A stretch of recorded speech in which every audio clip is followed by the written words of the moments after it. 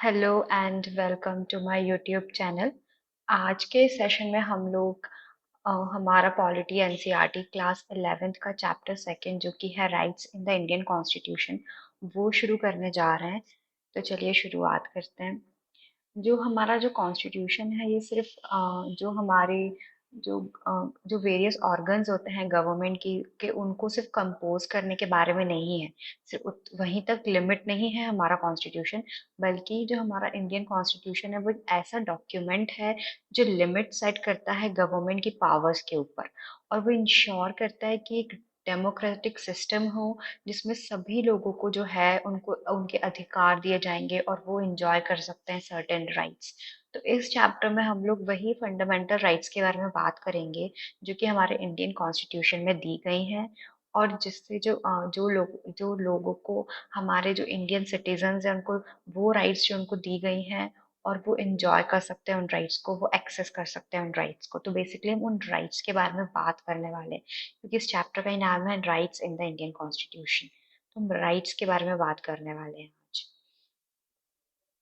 अब हम अगर जो पार्ट 3 है of the constitution of India, जो इंडिया का जो कॉन्स्टिट्यूशन है उसका जो पार्ट 3 है वो कंटेन करता है लिस्ट ऑफ फंडामेंटल राइट्स।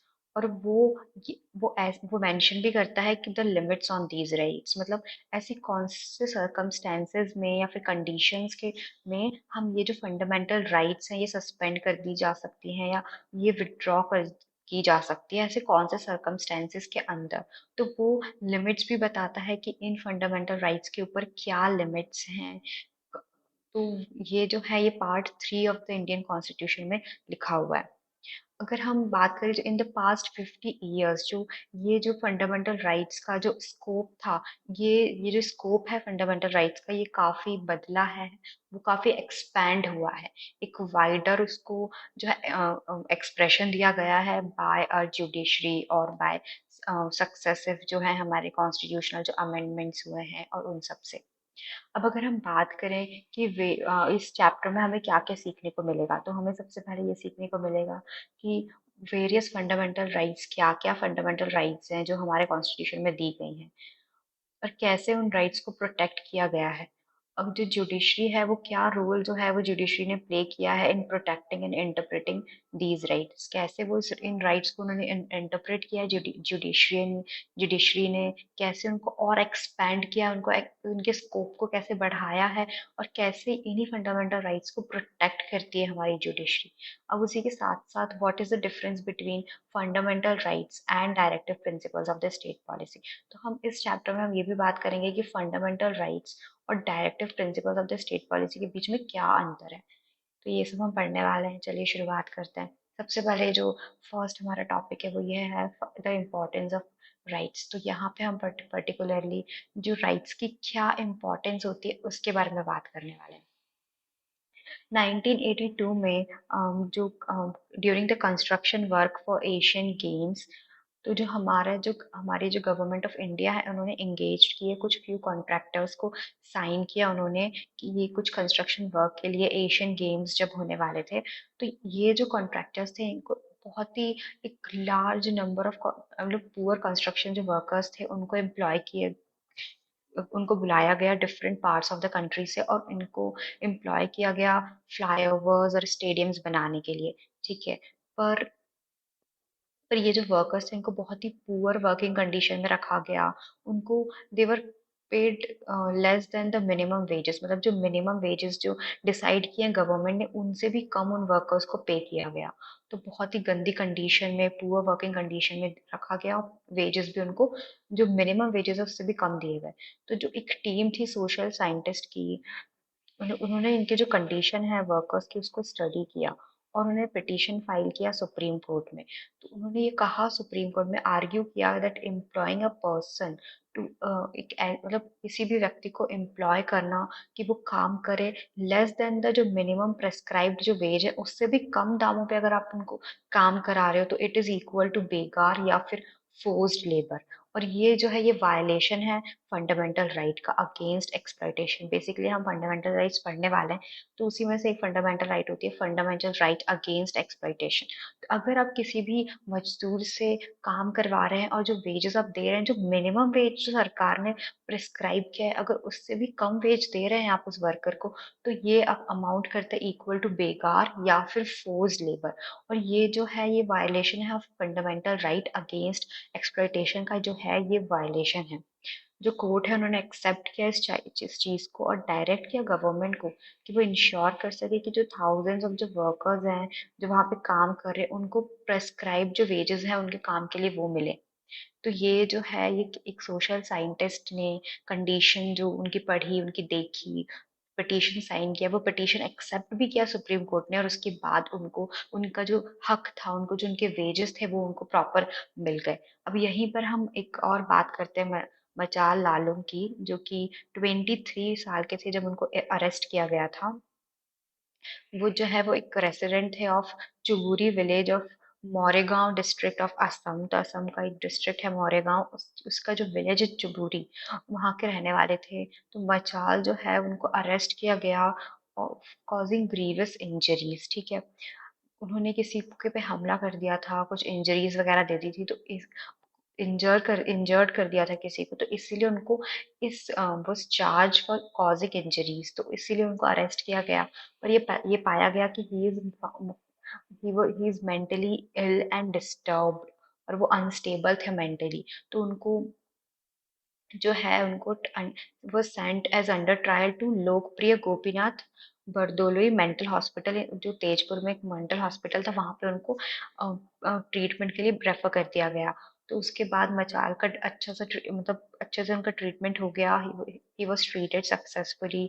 और डॉक्टर्स ने जो है 2 बार लिखा जेल अथॉरिटीज को, 1967 में भी और 1996 में भी, कि वो फिट है टू स्टैंड ट्रायल, कि अब इन पे कार्रवाई की जा सकती है, नाउ ही इज फिट, जो भी प्रोसीडिंग्स है वो शुरू कर की जा सकती है। बट किसी ने भी अटेंशन पे नहीं किया, nobody paid any attention to it. और जो मचाल आलम है वो जुडिशियल कस्टडी में रहे। और जब उनको रिलीज किया गया 2005 में, तो उनकी एज थी तब 77 हो गई की एज हो गई थी। और अब माइंड दिस, उनका अरेस्ट हुआ था 23 में, और जब उनको रिलीज किया गया तब वो 77 की एज के थे। मतलब उन्होंने 54 ईयर्स जो है उन्होंने स्पेंड किए अंडर कस्टडी। और और इसके बीच में उनका केस कभी भी जो है वो हियरिंग के लिए नहीं गया कोर्ट तक, कभी भी उस पर सुनवाई ही नहीं हुई। तो इनको फ्री किया गया bye when a team appointed by the National Human Rights Commission intervened after an inspection of under trials in the state। मतलब जब जो ह्यूमन राइट्स जो नेशनल ह्यूमन राइट्स कमीशन जो है NHRC, उसने एक टीम अपॉइंट की थी, और जब उस टीम ने वो जब इंस्पेक्शन कर रही थी अंडर ट्रायल्स के स्टेट में, तब उन्होंने जो है मचाल लालों को फ्री किया। तो जो मचाल की जो इंटायर लाइफ थी वो पूरी बर्बाद हो गई, वो वेस्टेड वेस्टेड, क्योंकि एक प्रॉपर ट्रायल कभी भी कंडक्ट नहीं किया उनके अगेंस्ट, वो कभी भी इट नेवर टुक प्लेस। तो इसीलिए मचाल की पूरी जिंदगी बर्बाद हो गई।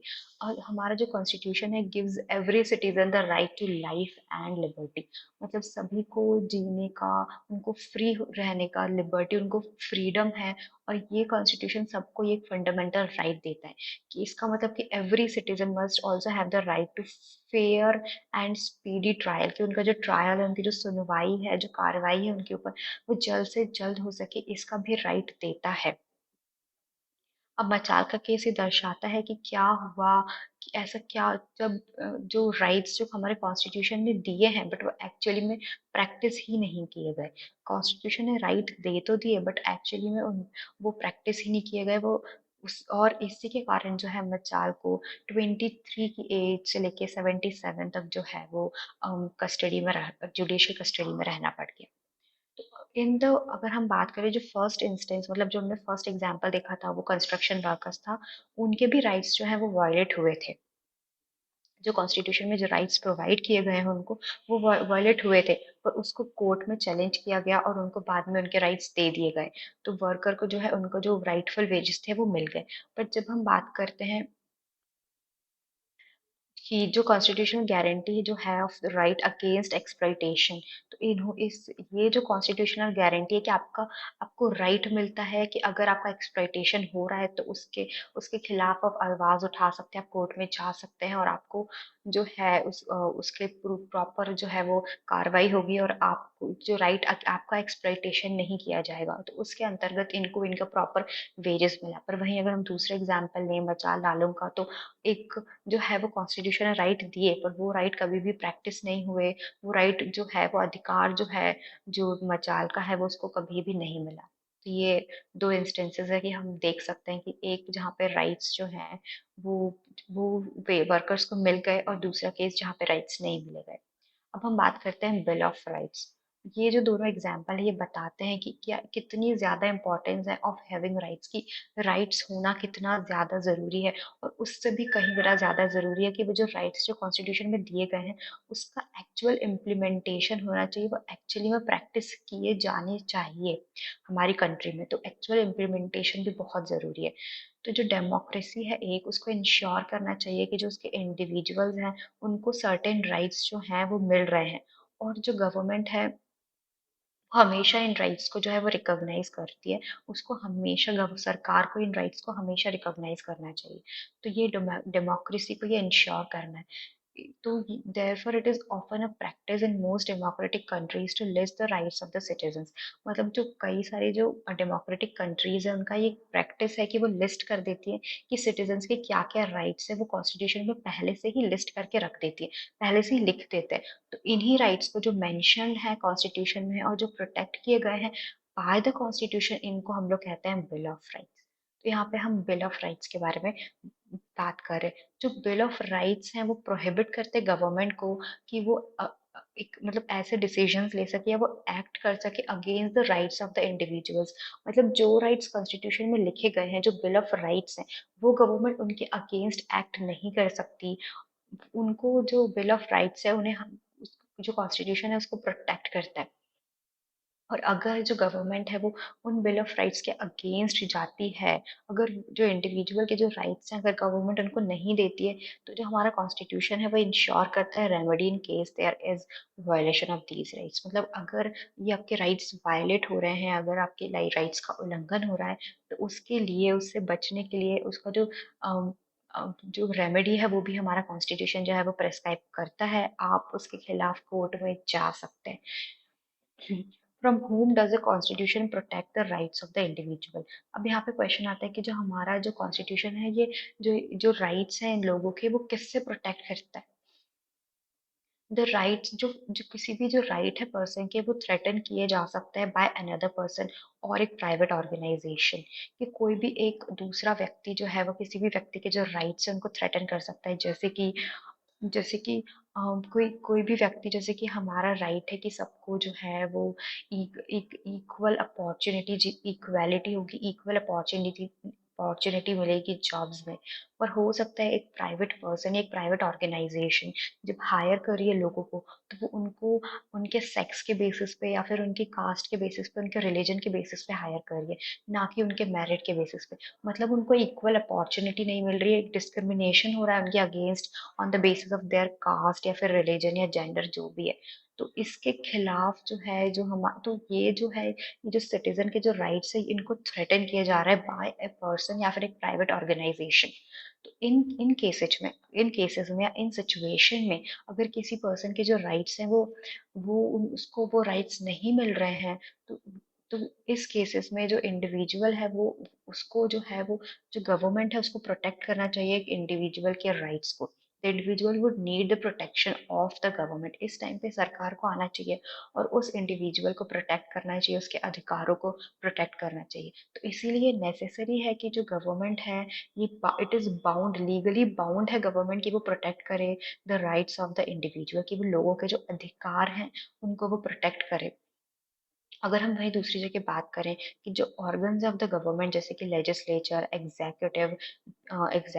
लेजिस्लेचर ब्यूरोक्रेसी और जो जुडिशरी, ये भी in the course of their functioning वो भी वायलेट कर सकते हैं the rights of the person. जैसे हमने पहले पढ़ा कि उन्होंने जो है वो मिनिमम वेजेस जो प्रेस्क्राइब किए गए हैं उससे भी कम वेजेस दिए, तो वो गवर्नमेंट ने ही किया ये काम। तो मतलब जो गवर्नमेंट है, जो ऑर्गन्स है गवर्नमेंट के, वो भी जो है वो जो इन देयर प्रॉपर फंक्शनिंग वो वायलेट कर सकते हैं the rights of the person.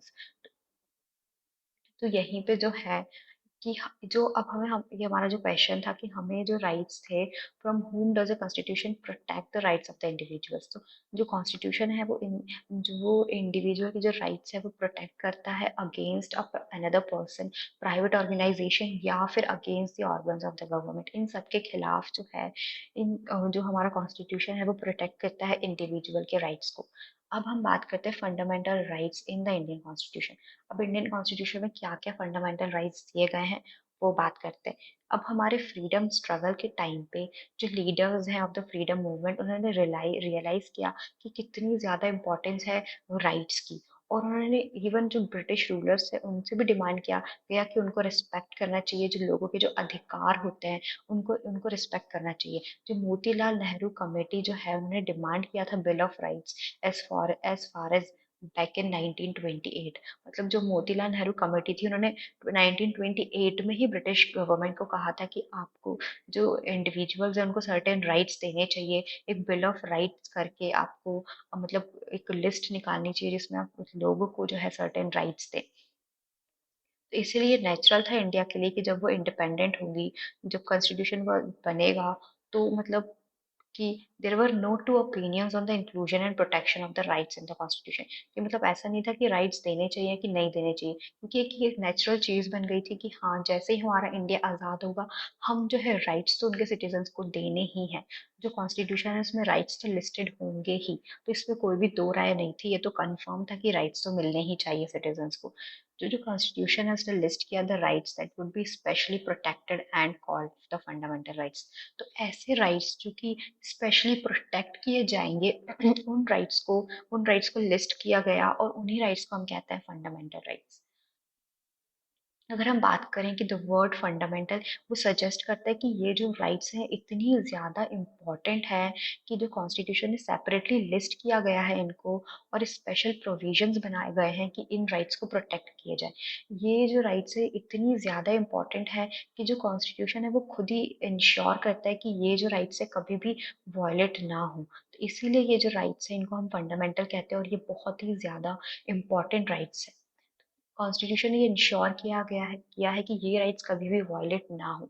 जो फंडामेंटल राइट्स है वो डिफरेंट है from other rights available to us. जैसे कि ऑर्डिनरी लीगल राइट्स जो है वो प्रोटेक्ट की गई हैं और इन्फोर्स की गई हैं बाय ऑर्डिनरी लॉ। पर वहीं अगर हम फंडामेंटल राइट्स की बात करें, are protected and guaranteed by the constitution of the country. तो हम बात करें कि ऑर्डिनरी लीगल राइट्स क्या होती है, तो बेसिकली कोई भी, जैसे कि हमारा, जैसे कि हम कह सकते हैं कि एग्जांपल ले सकते हैं कि राइट टू रिफंड, जो कि एक हमारा लॉ है, कंज्यूमर जो कंज्यूमर प्रोटेक्शन जो एक्ट है, उस एक्ट के अकॉर्डिंग जो है कि हर एक जो कंज्यूमर है उसका राइट है कि अगर वो कोई भी उसने प्रोडक्ट खरीदा और अगर उसको वो यूटिलाइज नहीं कर पाया, उसको यूज नहीं कर पाया, वो उसको वो पसंद नहीं आया, तो उसको राइट टू रिफंड, उसको अधिकार है कि उसको उसके बदले रिफंड मिलेगा अगर वो उसने उस प्रोडक्ट को यूज नहीं किया, अगर वो प्रॉपर कंडीशन में। तो राइट टू रिफंड ये जो राइट है ये एक ऑर्डिनरी लीगल राइट है, क्योंकि ये है ये हमको दिया गया by ordinary law of the country. जो हमारा कंज्यूमर प्रोटेक्शन जो एक्ट है उसने ये राइट हमें दिया है, ना कि जो हमारे कॉन्स्टिट्यूशन ने ये राइट नहीं दिया है हमें। एक पर्टिकुलर एक एक्ट था, कंज्यूमर प्रोटेक्शन एक्ट, उसने हमें राइट टू रिफंड जो है ये राइट दिया। तो ये जो राइट है इस, और वैसे ही हमारा जो है इंडियन पीनल जो कोड है उसने हमें राइट दिया कि हम एफआईआर, जो राइट की अगर हम एफआईआर फाइल कर रहे हैं, अगर हम जा रहे हैं एफआईआर लिखवाने, तो कोई भी हमें मना नहीं कर सकता एफआईआर लिखने से। मतलब हम अपनी एफआईआर फाइल कर सकते हैं, कोई भी हमें रेस्ट्रिक्ट नहीं कर सकता, रोक नहीं सकता। तो ये जो है एक ऑर्डिनरी राइट है, क्योंकि इंडियन पीनल कोड ने हमको ये जो है वो राइट प्रोवाइड किया है, ना कि हमारा जो कॉन्स्टिट्यूशन है। तो वहीं पे जो अगर हम ऑर्डिनरी लीगल राइट्स की बात करें तो ये प्रोटेक्ट और ये इन्फोर्स किए गए हैं जो ऑर्डिनरी लॉ होता है उनके उनके द्वारा। पर अगर हम फंडामेंटल राइट्स की बात करें तो ये प्रोटेक्ट और गारंटी किए गए हैं bye the constitution of the country. एक और राइट होता है जिसे हम बोलते हैं थर्ड राइट होता है। वो ऐसे राइट्स होते हैं जो कि फंडामेंटल तो नहीं होते हैं पर वो उनको हम लोग कॉन्स्टिट्यूशनल राइट्स कहते हैं क्योंकि वो कॉन्स्टिट्यूशन के अंदर लिखे गए हैं। जैसे कि right to vote. Right to vote is an example of constitutional right क्योंकि जो कॉन्स्टिट्यूशन है वो मेंशन करता है कि हर एक इंसान का ये अधिकार है, हर एक सिटीजन का ये अधिकार है कि वो वोट दे। वहीं पे हम बात करें राइट टू प्रॉपर्टी की तो वो भी एक कॉन्स्टिट्यूशनल राइट है क्योंकि जो हमारा कॉन्स्टिट्यूशन है वो ये इंश्योर करता है कि जो वो राइट टू प्रॉपर्टी जो है वो 300 ए के अंतर्गत हमारे कॉन्स्टिट्यूशन में लिखी गई है। और हमारा कॉन्स्टिट्यूशन इंश्योर करता है कि हर एक इंसान के पास ये राइट होना चाहिए कि वो जो प्रॉपर्टी है उसे पोजेस कर सके। पर ये फंडामेंटल राइट नहीं है। फंडामेंटल राइट्स वो राइट्स हैं जो कि part 3 of the Indian constitution के अंदर स्पेसिफिकली मेंशन्ड है। तो वो होता है फंडामेंटल फंडामेंटल राइट्स। अब जो ऑर्डिनरी राइट्स हैं वो चेंज किए जा सकते हैं by the legislature by ordinary process of law making. मतलब एक वो एक जो ऑर्डिनरी प्रोसेस होता है लॉ मेकिंग का उससे वो चेंज किए जा सकते हैं सिंपल मेजोरिटी से। उनमें हम चेंज कर सकते हैं। बट जो फंडामेंटल राइट्स हैं ये सिर्फ तभी चेंज कर सकते हैं जब हम कॉन्स्टिट्यूशन को अमेंड करें। मतलब कॉन्स्टिट्यूशनल अमेंडमेंट से ही इन राइट्स को चेंज किया जा सकता है फंडामेंटल राइट्स को। अदरवाइज फंडामेंटल राइट्स को चेंज नहीं किया जा सकता। Besides this, no organ of the government can act in a manner that violates them. Violates them मतलब कोई भी जो organ है गवर्नमेंट का यानी कि जुडिशरी एग्जीक्यूटिव लेजिस्लेचर कि कोई भी organ जो है गवर्नमेंट का वो ऐसे एक्ट नहीं कर सकते ऐसे मैनर में कि इन राइट्स का उल्लंघन हो या इन राइट्स को वायलेट किया जाए। अब हम अब हम इस चैप्टर में और पढ़ेंगे कि जुडिशरी के पास पावर होती है और उसके पास ये रिस्पॉन्सिबिलिटी दी गई है जुडिशरी को कि उसको प्रोटेक्ट करना है जो फंडामेंटल राइट्स होते हैं लोगों के उनको प्रोटेक्ट करके रखना है from violation of bad actions of the government की अगर गवर्नमेंट कोई भी ऐसे एक्शंस ले जिससे उसका फंडामेंटल राइट्स का वायलेशन हो तो जो जुडिशरी है वो सामने आएगी और वो प्रोटेक्ट करेगी। अगर हम बात करें bill of rights in the south African constitution में जो बिल ऑफ राइट्स दिए गए हैं उनकी बात करते हैं। हाँ, जो साउथ अफ्रीका जो कॉन्स्टिट्यूशन है वो इनॉग्रेट हुआ था दिसंबर 1996 में। उसका जो क्रिएशन था और जो प्रोमलगेशन था टुक प्लेस एट वो एक ऐसे टाइम पे उसका क्रिएशन हुआ जब साउथ अफ्रीका जो है उसने फेस किया सिविल वॉर। ठीक है, after the dissolution of the apartheid government जो साउथ अफ्रीकन कॉन्स्टिट्यूशन था जो साउथ अफ्रीका का उसने कहा कि its bill of rights is a cornerstone of democracy in South Africa. मतलब ये जो बिल ऑफ राइट है ये कॉर्नर स्टोन है डेमोक्रेसी का साउथ अफ्रीका में। ये बहुत ही ज्यादा इंपॉर्टेंट राइट्स हैं जो बिल ऑफ राइट्स है।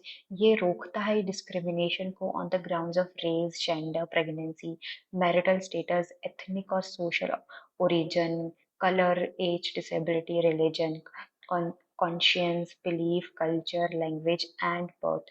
इन सब के इन सब के बेसिस पे अगर कोई भी डिस्क्रिमिनेशन हो रहा है तो ये जो बिल ऑफ राइट्स है ये प्रोटेक्ट करता है इंडिविजुअल को from discrimination on these grounds. It grants perhaps the most extensive range of rights to the citizen. मतलब सबसे ज्यादा एक्सटेंसिव रेंज ऑफ जो राइट्स है वो ये ग्रांट करता है ये बिल ऑफ राइट्स। और स्पेशल इवन एक स्पेशल कॉन्स्टिट्यूशनल कोर्ट भी बनाया गया जो इन्फोर्स करता है ये जो राइट्स हैं ये जो लिखे गए हैं कॉन्स्टिट्यूशन में इनको इन्फोर्स करता है एक स्पेशल कॉन्स्टिट्यूशनल कोर्ट जो है। अब कुछ जो सम ऑफ द राइट्स जो है जो इंक्लूडेड है in the constitution of South Africa वो है right to dignity right to privacy right to fair labour practices right to healthy environment right to protection of environment right to adequate housing right to health care, food, water, and social security, children's right to basic and higher education, right of cultural and religious and linguistic communities, right to information। तो ये कुछ rights हैं जो कि south Africa का जो constitution है वो देता है उसके सिटीजन्स को। अब वहीं पे अब हम बात executive as well as legislative जो एक्शंस होते हैं can be declared illegal by the judiciary. अगर ये जो एग्जीक्यूटिव या लेजिस्लेटिव जो एक्शंस होते हैं उनको जुडिशरी इलीगल डिक्लेयर कर सकती है अगर वो एक्शन किसी भी फंडामेंटल राइट को वायलेट करते हैं या रेस्ट्रिक्ट करते हैं किसी भी फंडामेंटल राइट को इन एन अनरीजनेबल मैनर, तो जो जुडिशरी है इनको इलीगल डिक्लेयर कर सकती है। लेकिन जो फंडामेंटल राइट्स थे ये राइट्स है वो एब्सोल्यूट नहीं होते हैं या फिर एक अनलिमिटेड राइट्स नहीं, यानी कि ऐसे राइट्स नहीं है जो कभी भी जो है वो रेस्ट्रिक्ट नहीं किए जाएंगे। जो गवर्नमेंट है उनके ऊपर रीजनेबल रेस्ट्रिक्शंस जो है वो गवर्नमेंट डाल सकती है, इम्पोज कर सकती है ऑन फंडामेंटल राइट्स, ठीक है। वो कर सकते हैं रीजनेबल रेस्ट्रिक्शंस जो है वो फंडामेंटल राइट्स के ऊपर जो है वो गवर्नमेंट इम्पोज कर सकती है। तो ये जो राइट्स हैं ये बिल्कुल एब्सोल्यूट या अनलिमिटेड राइट्स नहीं है, तो ये चीज़ आपको पता होनी चाहिए। अब हम बात करते हैं राइट टू इक्वालिटी की। अब दो सिचुएशंस के बारे में हम पढ़ने वाले हैं। अब हम और फिर हम देखेंगे इसमें कि क्या यहाँ पे वायलेशन ऑफ फंडामेंटल राइट हुआ है क्या। जो स्वदेश कुमार है ये एक गांव जा रहे हैं देखने के लिए, विजिटिंग हिज विलेज, वो अपना गांव जा रहे हैं देखने। उनको उनके एक दोस्त ने भी उनको अकम्पनी किया है, उनका दोस्त भी उनके साथ जा रहा है। उन्होंने डिसाइड किया कि वो एक कप ऑफ टी पियेंगे एक विलेज के पास में रोड साइड जो होटल है वहां से एक कप ऑफ मतलब चाय पीने वाले हैं वो बेसिकली। तो जो शॉपकीपर है वो स्वदेश कुमार को तो जानता ही था क्योंकि वो उसी के गांव का था।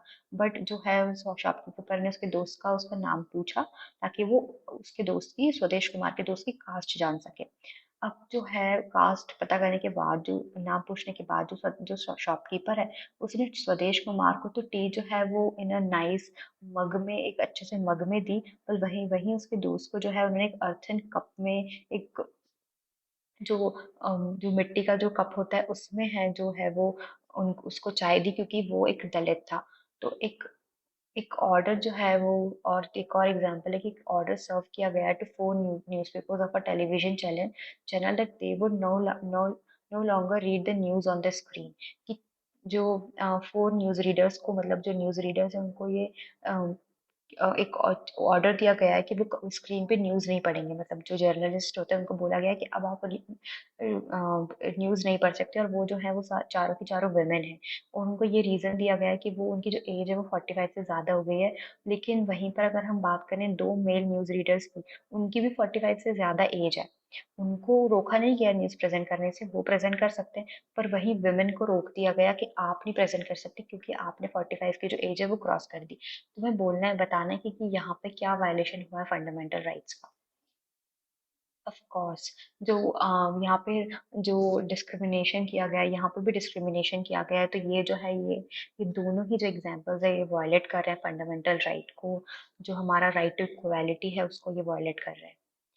ठीक है, अब हम बात करते हैं कॉन्स्टिट्यूशन ऑफ इंडिया। ये जो पार्ट 3 है उसका वो फंडामेंटल जो राइट्स कंटेन करता है। बेसिकली यहाँ पे जो है ये पूरा राइट्स फंडामेंटल राइट्स का एक चार्ट दे रखा है।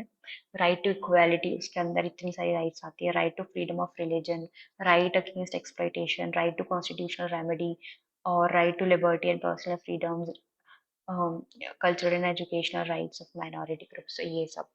तो ये सारी राइट्स है जो equality before before law, equal protection of laws, basically ये फंडामेंटल राइट्स है जो पार्ट 3 ऑफ इंडियन कॉन्स्टिट्यूशन उसके अंदर 12 से लेके 35 तक जो राइट्स हैं वो बेसिकली उनको कहते हैं हम फंडामेंटल राइट्स। इसमें से जब इक्वालिटी बिफोर बिफोर लॉ की बात करें तो ये जो है ये आर्टिकल 14 है ऑफ इंडियन कॉन्स्टिट्यूशन। तो ये जो है ये बेसिकली राइट्स हैं जो हमारे कॉन्स्टिट्यूशन में लिखे गए हैं और ये फंडामेंटल राइट्स हैं जो हमारा कॉन्स्टिट्यूशन हमको प्रोवाइड करता है। तो ये जो है equality before before law, equal protection of law, ये 14 है। Prohibition on discrimination on grounds of religion, equal access to shop, bathing ghats, hotels, ये 15 है। एबॉलिशन ऑफ टाइटल्स, ये 17 है। अब अबॉलिशन ऑफ अनटचेबिलिटी आर्टिकल 18 है। तो 12 से लेके 35 तक जो आर्टिकल्स हैं वो हमारे part 3 of the Indian constitution में आते हैं और ये फंडामेंटल राइट्स होते हैं। आज के सेशन के लिए इतना काफ़ी है। नेक्स्ट सेशन में हम इसके बाद का जो है वो हम नेक्स्ट सेशन में कवर करेंगे। Thank you for watching my video and I hope that you like it.